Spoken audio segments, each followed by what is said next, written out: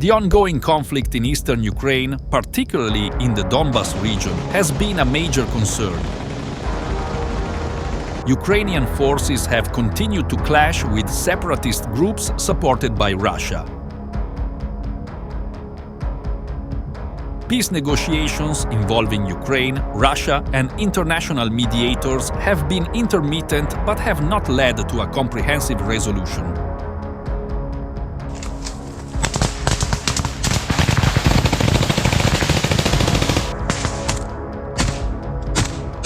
Russia's annexation of Crimea in 2014 remains a source of tension.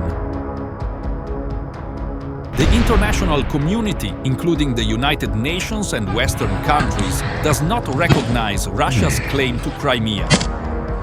Sanctions against Russia over the annexation and ongoing conflict remain in place. Ukraine held presidential and parliamentary elections. Volodymyr Zelensky was elected as president, and his party, Servant of the People, secured a majority in the parliament.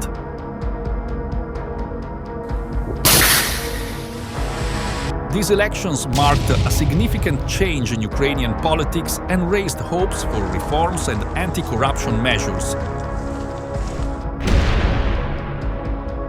Ukraine has been implementing various reforms, especially in the judiciary, law enforcement and the business sector, as part of its efforts to combat corruption and improve governance. Ukraine continues to seek closer ties with Western countries, including the European Union and NATO. The United States and the European Union have been providing support to Ukraine in various forms, including financial assistance and military aid. And we went to the home community in western Ukraine, where the brigade was garrisoned before the war and where many of its families still live. In the run-up to war, the 24th Brigade was just over 2,000 strong, rotating its 3 battalions to the front line in eastern Ukraine for occasional tours of duty. Although the Ukrainian army rarely discusses numbers, sources told me it has now swelled to more than 7,000, with a total of 5 infantry battalions, 4 of artillery, a tank battalion, and numerous other supporting elements. In recent days, he had experienced a rush of relief every time he opened his eyes to the morning light, realizing that the arrival of a new day meant Russia hadn't invaded.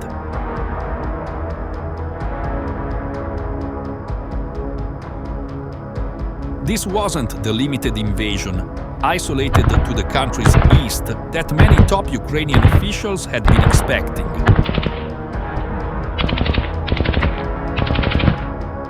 Nearly a year since Russian forces rolled into Ukraine, there are no real signs of a way out of the conflict. Neither side appears primed for an outright military victory, and progress at the negotiating table seems just as unlikely. Neither side has released figures lately, but analysts estimate that about 200,000 Russian troops have been killed or wounded in the war so far. By comparison, Ukraine has seen some 100,000 killed or wounded in action and 30,000 civilian deaths. Meanwhile, neither Russian leader Vladimir Putin nor Ukrainian President Volodymyr Zelensky shows any signs of backing down and abandoning one of the largest military conflicts since the end of World War II.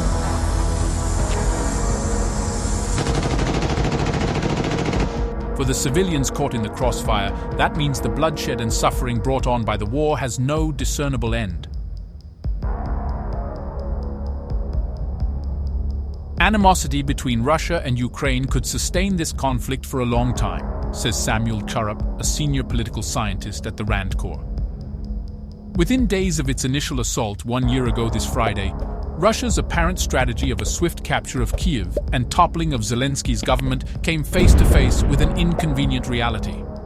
Ukrainian resistance was much stronger than anticipated, thanks in part to years of Western training and arms.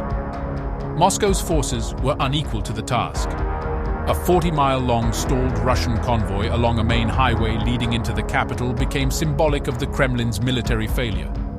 Russia then shifted its offensive to the south, where its forces captured the city of Mariupol after a devastating siege in an effort to secure a corridor along the Black Sea coast linking the Crimean Peninsula and the Donbas region, areas Moscow invaded and annexed in 2014.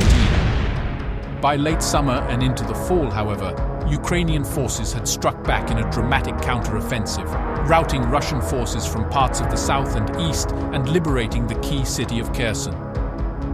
Since then, neither side has been able to make substantive advances. Russia has kept up pressure by using missiles and drones to target Ukraine's cities and infrastructure.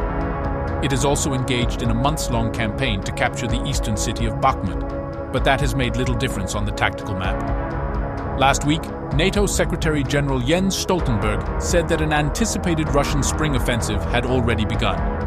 Ukraine is also expected to mount a counteroffensive in the coming weeks. Analysts broadly agree that a diplomatic deal to end the conflict looks like a non-starter. Putin, already chagrined by his military's poor performance in what he's billed as a special military operation, cannot afford to be seen as backing out of a fight that he started and by his own estimates should have been able to easily win. For Zelensky, the stakes are at least as high. A survey of Ukrainians in September showed they are steadfast in rejecting territorial concessions to Russia. Any sort of ceasefire without Russian military defeat basically means regrouping, says Mikhail Alexeyev, a political science professor at San Diego State University, whose research is currently focused on the war in Ukraine. Alexeyev says Kiev views any settlement that includes territorial concessions to Moscow as an existential threat.